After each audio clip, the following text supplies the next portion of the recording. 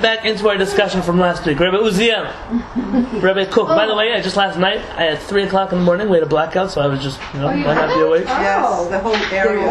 Yeah. So I thought it was incredible. There was a blackout up the hill, and one of our neighbors said, we don't have anywhere to put our stuff in the freezer. I said, don't worry, we have electricity. You can come bring your stuff here. And then we had a blackout. So it's okay. Baruch Hashem, I had what to do. Are the lights working now? Now, yeah, thank God. Baruch Hashem. He's here to do something else. So the work that we had that night, I finished, and then I decided I want to look for something. Remember that rabbi I told you about, Rabbi Uziel's students, Rabbi Chaim David Halevy? They pushed out of the shelves of Jewish history. So there's a set of questions and answers that he wrote, 9 volumes, and I couldn't find them in Israel. Could not find them. I went to this store and that store, and I'm lucky I found the books that I found. And so last night I found there's one store in New York that has some dinky copy of it from who knows when they have it in their storehouse. And I made an order last $125 because who's going to buy it, right? There's always I'm the only person in the world who's looking for this book, right? If you don't sell it to me, you're not going to sell it to anybody, right? But okay, I bought the set, Baruch Hashem. I was in a store in LA, and there was a book. I don't even know how it got to this. It's a nothing Judaica store. They didn't even sell books. They just have a few books over there.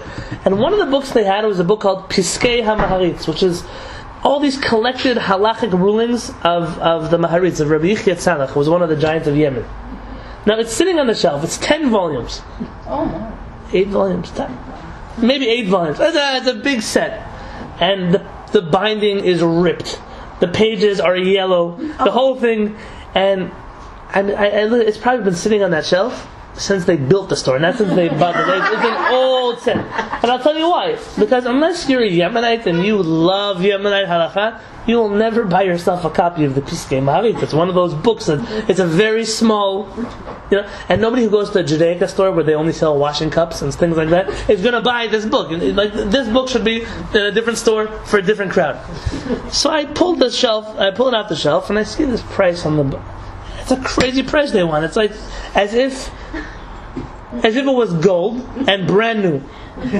So I go to the guy behind the counter. I said, "Listen, this price it's a crazy price. I'm telling you, when's the last time somebody took it off your shelf?" I said, "I don't know. I had to get on a ladder. To get it down for you." I said, "So I'm going to buy the book, but not for that price. I'm going to buy it for it's a ripped apart. But let me just buy it. I'll learn from it." I have to call the store owner. He calls the store owner. I hear them arguing with the store owner.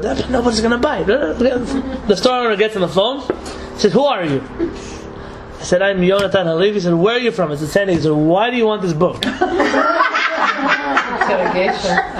said, "I'm a rabbi from San Diego." "Oh, you're a rabbi?" And this is the story. He says, "Listen, every other Judaica store you go to gives discounts to rabbis. We charge them double." I said, "Okay, nice to meet you." He says, "Let's talk this book. How much does it cost?" I told him. He said, "No, so what do you think you should pay for it?" I said, "I'm not the bookseller. You're the bookseller. You should tell me what you paid for it." He didn't even remember what book it was. I told him, so we back and forth. "Okay, I'll take $5 off the price." No. I said, "My friend, this book, it's you don't understand what bad shape it's in." Take a picture. He said, "I don't care. Someone's gonna buy it." I said, "How long has it been? It's taking up room in your store." Turns out, I said no. So he hung up. So he calls back 2 minutes later. "Tell the guy I'll take another $5 off."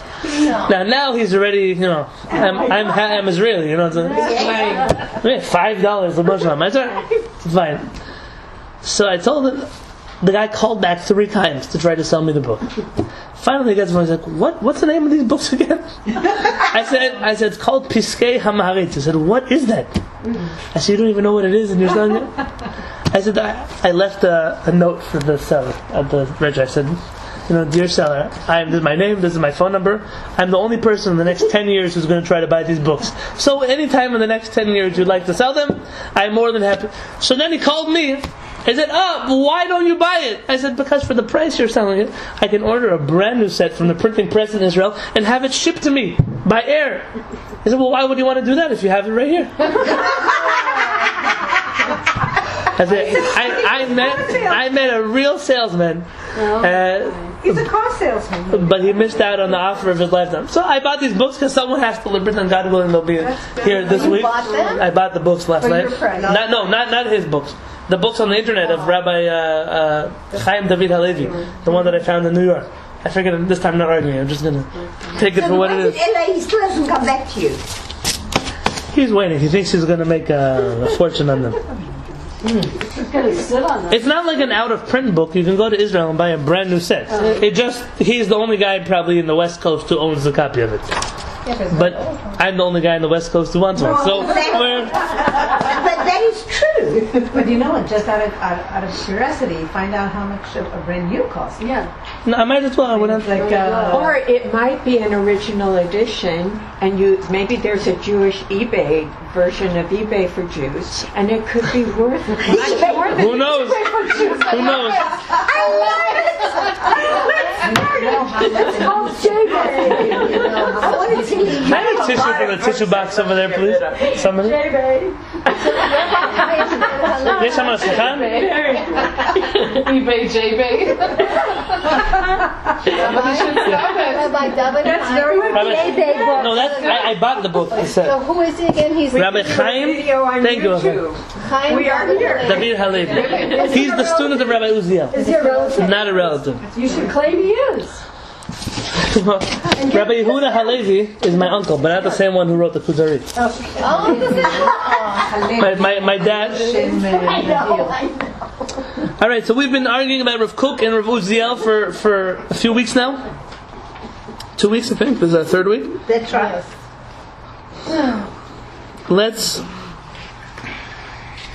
Let's read the last paragraph that we finished with last week. Okay, On page 5, this hashkafa on the right hand column. Someone want to read this for us?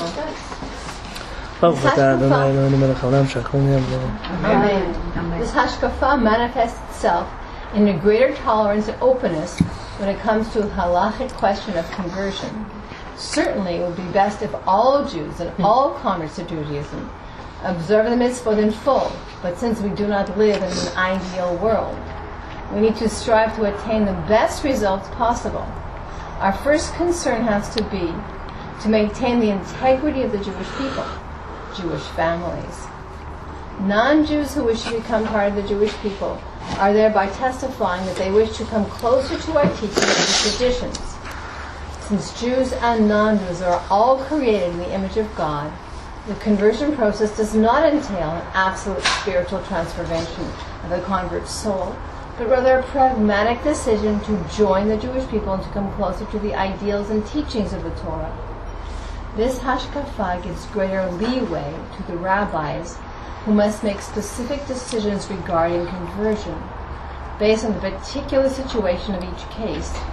Universalism and pragmatism on behalf of the Jewish people, rather than mystical and metaphysical considerations, should guide the conversion process.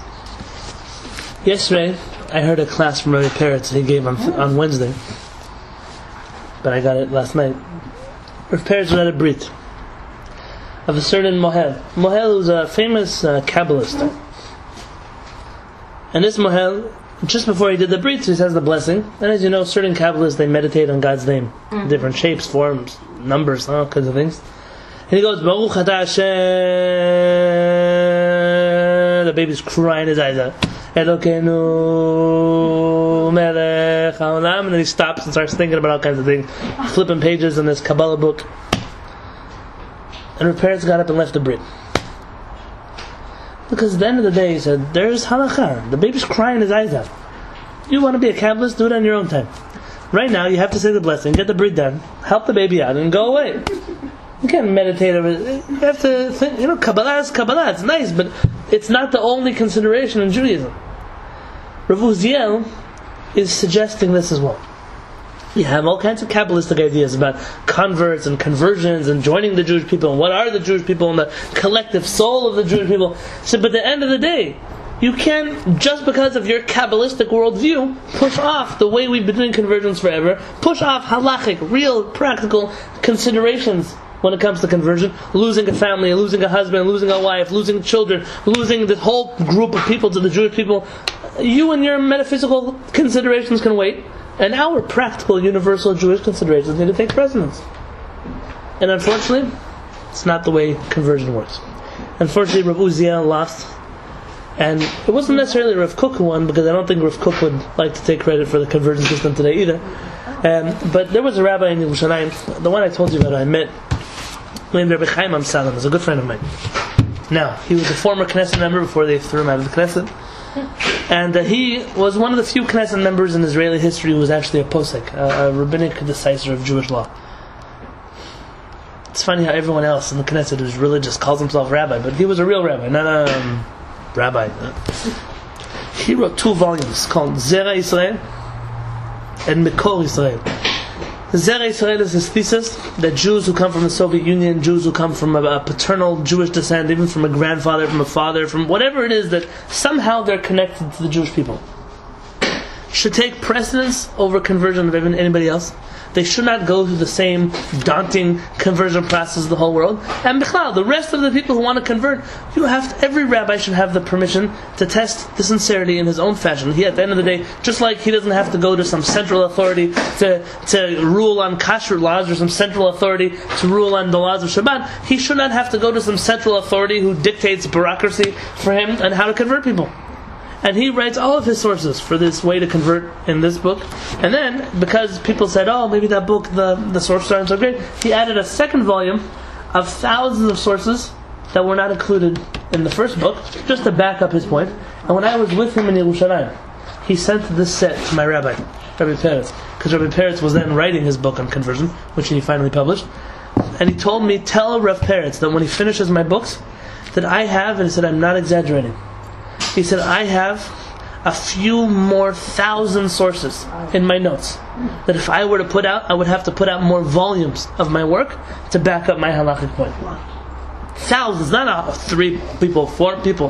Rabbi Uziel is not just not alone. He is part of the way the halachic process works. His opinion is standardized halakha. The opinion that is followed today is I don't even know what it is. It's not Jewish, it's not halachic, but it's its own worldview that kind of developed itself. When Rav Amsalem put out this book, he realized that people thought the task of studying this book was too daunting. So what he did was he published an abridged version for rabbis and laymen who can read Hebrew. He's working on getting this translated, and if I'm not mistaken, they already translated into French, or they're working on it at least. English, it'll get there, B'ezrat Hashem. You should say Zera Yisrael, from the seed of the Jewish people. They're not Jews, but they're from a Jewish family, from a Jewish background, from a Jewish place. Rav Peretz put out a book, which he signed for me, Baruch Hashem, and sent out. When I got this book, I told Rav Peretz I got it, and Rav Peretz said, Rabbi Yonatan, I want you to learn this book, and I give you permission to convert people. Oh, wow. Wow. Which is a very scary thing to hear, because yeah, sure, he gives the permission to convert people, which I would then be able to. But what happens to those people when they don't get accepted in Israel, they don't get accepted in their local Orthodox synagogue, they don't get accepted somewhere else? Not because of me, per se, but because the rest of the world became fanatic in their rules of conversion. And it's a big question. When it has to do with my laws of kashrut or Shabbat or tzitzit or tzorah, fine, so I can make a fight but I can't put someone else's Jewish future in jeopardy because we're trying to make a point of fighting the establishment. On the other hand, the establishment is killing people every day. Thousands of souls that want to come close, that just can't stand up to their rigorous process that doesn't have a precedent in Jewish law. I'll tell you, Rav Peretz says the end of the book here, a whole chapter, on people who he personally converted because nobody else was going to convert them. People who knew Tanakh by heart, people who were learning halakha, people who flew to Israel to move to Israel and live there, people who left different countries and joined Jewish communities in America because they wanted to show their sincerity. And they would go, and I remember there was one story. I was in the office of Rabbi Peretz, and he asked for 2 other rabbis to come sit with him. And we said, why? He said, I'm converting a couple today. So why don't you just wait for them to get converted in the chief rabbinate? So they've been trying to convert here for 7 years. 7 years is 7 years to be living in a Jewish community, to go to a Jewish synagogue, to keep kosher, to wear tzitzit, but not be allowed to go up to the Torah, and not be part of a minyan, not be able to wear tzitzit. Do you know what that is? I don't know if you understand what it's like to be in the conversion process. Like that. It's 7 years, and every year they throw them out for a different reason, and they say, come back in 6 months. Now when they say come back in 6 months, it's not a month, it's not a week, it's not next week, it's 6 months. And so what happened was, it was 7 years, and they call him back, and they say, please say Ala Michia by heart. The after blessing on cookies. Say it by heart. And the man made a point that, listen, I consider myself a religious person, and my rabbi taught me that we should say Ala Michia from a siddur, not by heart. We don't say blessings by heart. And they threw him out and say, don't argue with us, come back in 6 months. Oh, that's not right. That's not right. So Rabbi Peretz took this couple and converted them and said, don't, when they get their act together, they'll give you the paperwork. But for right now, you're Jewish, as anyone else in the Jewish people. And did the synagogue allow you to go up to the... By us, in our synagogue. in our yeshiva. Because if you think this is just one story that happened one time in one place, you're mistaken. No, it happens all the time. And we warrant it. We allow for it to happen. We stand idly by and just let these things go on every single day. Every day. And why? For what? Which purpose? Completely wrong. So what happens? What happens if somebody converts? And then they get up and they don't want to be Jewish anymore. What'll happen? Nothing. Who promises you? There are more Jewish who do that too. Who promises you that Jews don't do the same thing? That's right. They do, but what would it take for this opinion to become mainstream? I don't know how to answer that question anymore because I don't know anymore who dictates what is mainstream and what is not mainstream. Unfortunately, most people who dictate what is mainstream happen to be ignoramuses about the way mainstream things work. You know, the fact, I'll tell you, that in this country, in other countries, we have central authority for certain things in Judaism. And we don't really, not so much in America as we do in Israel. Remember this rabbi in Washington, D.C.? Yeah. The one now just caught up in this whole mikvah scandal. Yes. No, I don't even know his name. But we were talking about... he put up video cameras in the mikvah and he was filming people. That is true. No. Men or men and women? Wow. Ladies. It was a very posh synagogue with yes, that's right. This synagogue was like the #1 modern Orthodox synagogue of Washington, D.C. Yeah. 2 weeks ago, 3 weeks ago, I don't know what happened. Now, they caught him, he was hiding video cameras all over the mikvah. Okay. Sitting in jail. But you want to know what's the ironic part? This man was the head of the Rabbinic Council of America's Conversion Committee. Which is an Orthodox rabbi that many rabbis in this town have affiliations with. And when I first moved to America, I said, why don't you join the RCA? Because it helps. You get certain health benefits, and it's like being part of a non-profit organization. You have a certain network of Batei Din. I'm not taking away from the RCA. The RCA was founded by Rabbi Soloveitchik to do good things in this country.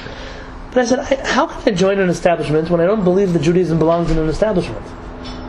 If you want to have a group of rabbis that work together to do things, that's a great thing.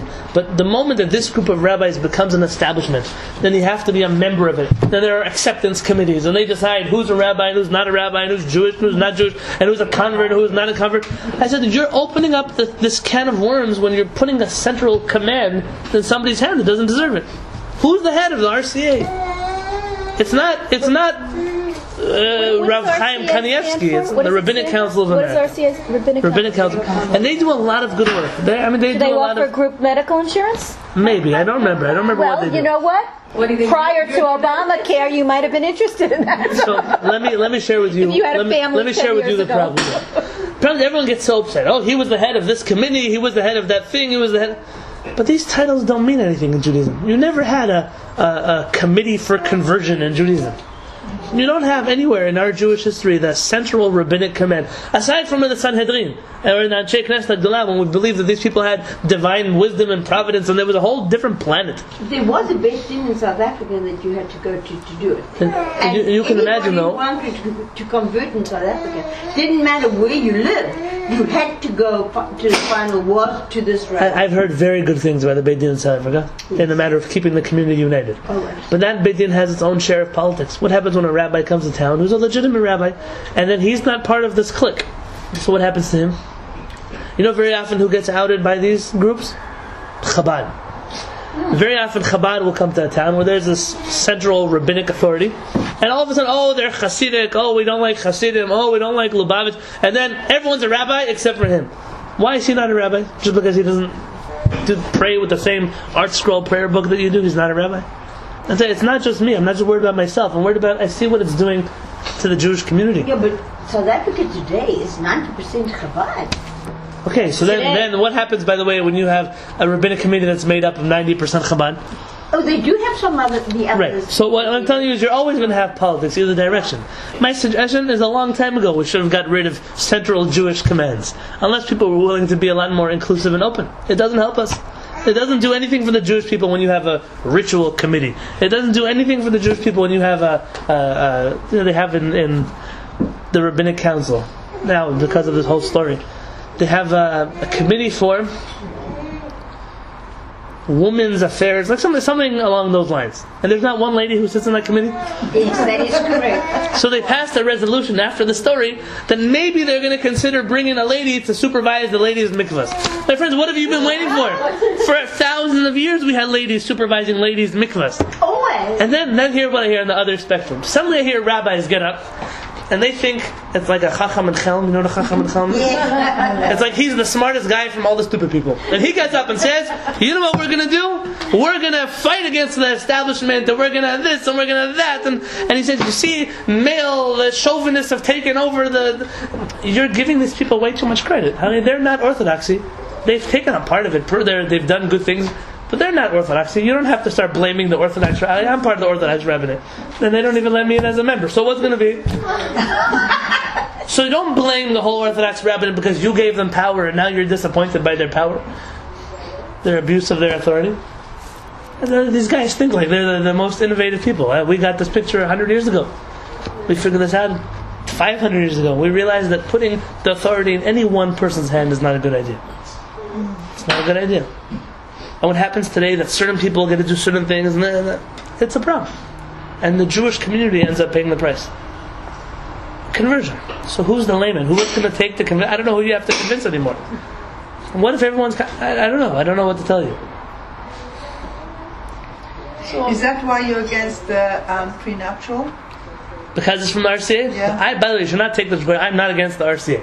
The RCA has done tremendous work, and one rabbi can't blemish the name of a whole group of hundreds and hundreds of rabbis around the world. It's always about upliftment. Right? They're always going to be, and if it wasn't a rabbi, it would be a priest, it would be an imam, it would be someone else. It doesn't have to be. But what I am saying, that the crisis of faith that certain people are having now, that this rabbi from the greatest rabbinic, my friends, the greatest rabbinic is a relative term. One makes the RCA the greatest rabbinic just because you've heard about it. Maybe nobody else heard about it before you. If you're a synagogue that belongs to the RCA, this could shake you up. What if you're a synagogue that doesn't belong to the RCA? Your crisis of faith never happened because your rabbi wasn't affected from it. Your president wasn't a part of it. I'm not against the RCA, and I'm not against the prenup because of that. I am against when all of a sudden people try to become the only authority to rule on certain matters. Yeah. So how did Sarah converted and how did Rivka converted? How did they convert those days when they wanted? The easiest answer to this question that I could tell you is that you didn't need to convert prior to the giving of the Torah. Okay. We only became a people when the Torah was given. And we all went through a conversion when the Torah was given. So how did we all did. We all converted. It was a mass conversion. And how was it? How did it look like? We learned all the laws of conversion from there, from the giving of the Torah. So is that Rabbi Uziel kind of following, or Rabbi? It's something that can never happen again. So how it happened, according to which opinion, is not. It's not a. It was a miraculous kind of moment for the Jewish people. What do you have to judge is how did it happen afterwards? So the people who believed that they were Jews all converted when they got the Torah? Everybody. You and I, the Torah says about 36 times. You must love the converts, for you are converts. So we converted at Mount Sinai. Someone else converted 50 years ago. What's the difference between you and them? So why don't the rabbis today follow that? You should love the convert because you once were a convert. They do. I don't think to the bima. But I don't think rabbis are guilty of not loving converts. I think the rabbis, those who do conversions, are very good towards converts. I'm not talking about the ones that do conversions. I'm talking about the someone who's a genuine convert. Synagogue where a convert goes to pray. That's right, and they won't allow them to. Why not? To the Torah, they won't allow. Is their conversion legitimate? It was done through conservative. So conservative conversion is not a legitimate conversion. That's exactly. Because to convert someone to the Jewish people, the very basic necessity is to say, I believe in Judaism. And the moment you begin to say that I believe not in your Judaism, but in this Judaism and that Judaism, you're asking for trouble. I don't understand. What do you mean? So Orthodox rabbis refuse to acknowledge, or this I know, refuse to acknowledge people have been converted in a conservative, by a conservative rabbi, because when they were converted, they didn't say something? Because they were not converted according to Jewish law. What is it that is, I still don't get it. What is it that's missing in the conservative conversion that would have had to have happened in the Orthodox conversion in order to make this human being kosher enough for this group of people? I think the Orthodox. The same thing. Let's not give I thinks. That's not worth having this discussion. It's worth having this discussion, but not from what we think, from what we know. From what we know, in order, just like for what it takes for someone to be married, according to Jewish laws, the priests and people who are witnessing this marriage have to be people who are kosher witnesses according to Jewish law. For example, so a witness who says, "Listen, I am a rabbi, but I don't keep kosher." So that doesn't count. So it's nice that you consider yourself a rabbi, but who are you to then bring someone to the Jewish fold when we're okay with someone converting, like Rabbi Uziel says, when their acceptance of mitzvot is partial, they're not there yet. But the rabbi who's bringing them into the fold, he cannot still be a work in progress. He has to be a person who's accepting the Torah on himself. So you're saying that the Orthodox rabbis today, at least in America and perhaps in Israel, just don't acknowledge anything other than their group. They don't acknowledge that the conservative organization of Jews counts for this particular purpose. Yes. Okay, that's an answer. By the way, I want Too to get bad. back. You said you all converted. Missing out on a lot of Jews. And if you get like in Be'eretz Mitzrayim. What? When we were Gerim Be'eretz Mitzrayim. Also, we were strangers. That's not the same as convert. That means a stranger, like a ger. But that's what I mean. A ger Who says d'Shem. we all converted at Mount We all converted in Mount Zion. The Torah says we all converted in Mount Zion. We did not seven Ishmael, we converted by Mount Zion. by saying that everything. By a lot of things. We did Brit Milah in Mount Sinai. We did a lot of things by Mount Sinai. So I know you don't want to speculate, but I do wonder when a group of people have that particular kind of a mindset, do they also really feel deep inside in their brain somewhere that people who follow the conservative or, God forbid, the reform movement really aren't good enough Jews? Let's take the question from. Wait, one second. Let's not. One second. Let's not get emotional. Let's talk here from a Torah perspective, and I'm going to be as blunt as I possibly will be blunt. Yeah. When you have, I object to being considered an Orthodox rabbi. I'm not an Orthodox rabbi because I believe that Orthodoxy is a movement, and we're not a movement.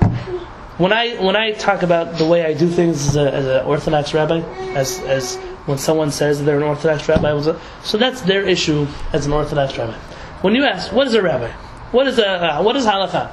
There are systems, there are books, there are Torah, there are the oral Torah, the written Torah, the Shulchan Aruch, the Rambam, the Ramban, all the different commentaries that we have and the sources that we have. Then you have a way. This is the way Jews do things, not tradition. I don't believe in tradition. Not like, oh, that's the way we did it in the shtetl, that's how we have to do it today. But when you have how do you convert somebody? So there are codes of Jewish law. This is what you do. This is what they must say. This is what X, Y, Z. Period. And then along comes a group that says, listen, we don't really believe that the Torah happened the way the Torah happened. We don't really believe this book is divine like you believe it was divine. We don't really, so on and so forth. What they're saying is, we are not a part of 2,000 years of Jewish history, of 5,000 years of Jewish history. We don't want to be a part of it. We're making up our own worldview that's present and goes back as far as we are. We're a group that's 200 years old. We're a group that's 300 years old. What need do I have? Why must I give in to you because you decided to make your own group? If you want to follow a system that we've been following together, collectively, for thousands of years, fine. We all have our ups and observances and downs, and fine, I'm not taking away anybody's Jewishness. But the moment you get up and then you create a new philosophy, you create new laws, you create a new world, and then you want me to accept it, why do I need to accept it just because you're Jewish? Well, the other side of that is that maybe the people in these other movements don't feel that they're creating a new world view, or they're creating a new system that's only 200 years old. Maybe they're saying, we still want you, Miss Jewish lady, even if you don't. I'm not telling you if their intentions are noble or not. We want you to come to our synagogue and bar mitzvah your son. Your son still counts, and it's okay that the party you make Saturday night might not be kosher. Why is the reform movement called reform? because it shifted and changed on kosher and a variety of different things. Yeah. So now, why do I, who didn't shift and didn't change, why do I have to lend them legitimacy? As Jews, fine, you're Jewish, fine. But now you want to bring someone to the Jewish faith and demand that I accept it? Honey, but you don't demand to accept anything that we have a code, we have rules, we have things, regulations. So you broke away from those regulations, so why do I have to cater to you? Because you're Jewish? I know you're Jewish, I welcome you as a Jew. Your philosophy doesn't have to be accepted by me. Well, then the word needs to get out into the Jewish community all over the world that if you are converted by either a Reform or conservative, getting back to our topic, conservative organization with a conservative or Reform rabbi, please know that you will never be allowed to go up to the bima. They know that. They know that. And you will not be considered a Jew if you decide to make Aliyah to Israel. That's the second part of. Well, I don't think everyone knows that. I don't think they know. When you make Aliyah to Israel, hold on. When you make Aliyah to Israel, the state of Israel pretty much accepts any conversion that happened outside of Israel. The chief rabbinate might not, but the state of Israel does. You can make Aliyah as a conservative Jew. And they'll consider you and your children Jewish? The rabbinate might not consider you or your children Jewish, but the state of Israel will give you all the Aliyah rights that any other Israeli citizen will get. Not because you're Jewish, because they changed the law to accept the right of... Okay, yeah, exactly. But to those who are not Jewish, but have Jewish ancestors. Or who converted in the conservative or Reform movement. It's a law in Israel. That's how it works. But as halakhic observance, sure, you can't deviate from halakha and then demand that halakhic Jewry will accept you when you deviated from it. As a person, someone who's Jewish and who's born Jewish, you're always part of the Jewish people. It doesn't make a difference what you observe or don't observe. I don't think the Orthodox believe that. They do. Yes, absolutely. I don't think they really believe that. But I think there's so many judgments. I do. I think there are so many judgments. I think people will have a hard time accepting themselves, so they, by definition, can't accept other people. Yeah. But as a philosophy, they're accepted. If you were born Jewish, you're Jewish. Yeah. You have to. Everyone, you cannot. Even if you decide to convert to Christianity, you could not break your bond with being Jewish. Right. There's no way you could stop being Jewish. It never existed. It's a fallacy. Right. But this is Rabbi Kook and Rabbi Uziel, and this is their argument about Jewish law.